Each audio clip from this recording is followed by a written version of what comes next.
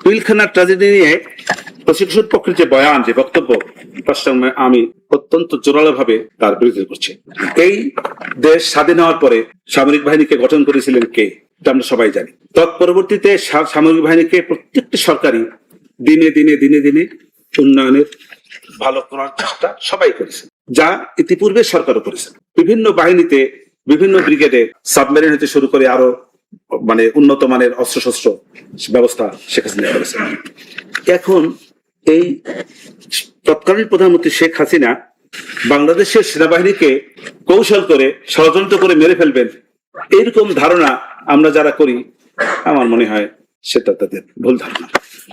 কারণ কেন তাদেরকে মেরে তার কি লাভ? এখানে বলেছে, প্রসিকিউশন পক্ষ থেকে বলা হয়েছে যে শুরু থেকেই এই সরকার সেনাবাহিনী দেখতে পারে না, তাদের ভালো কিছু করতে চায় না। তো ভালো কিছু যদি নাই চাইবে, তাহলে সে এই দেশের সামরিক বাহিনীদের যে বিভিন্ন রকম উন্নয়ন প্রচেষ্টা, সেগুলি করলেন কেন? অতএব এই কথাগুলা সঠিক না। এটি একটি বিডিআর বিদ্রোহ, কিন্তু তাদের ইন্টারনাল একটি বিষয়ের উপরে বিদ্রোহ হয়েছে। এই সেনা বিদ্রোহে যারা মাস্টারমাইন্ড ছিলেন, যারা করেছেন, তাদেরকে প্রত্যেককে সাজা দেওয়ার চেষ্টা করেছেন, বিচার করেছেন, যে বিচারে অনেকে সাজা পেয়েছেন এবং যে বিচার এখনো বর্তমানে বিদ্যমান আছে।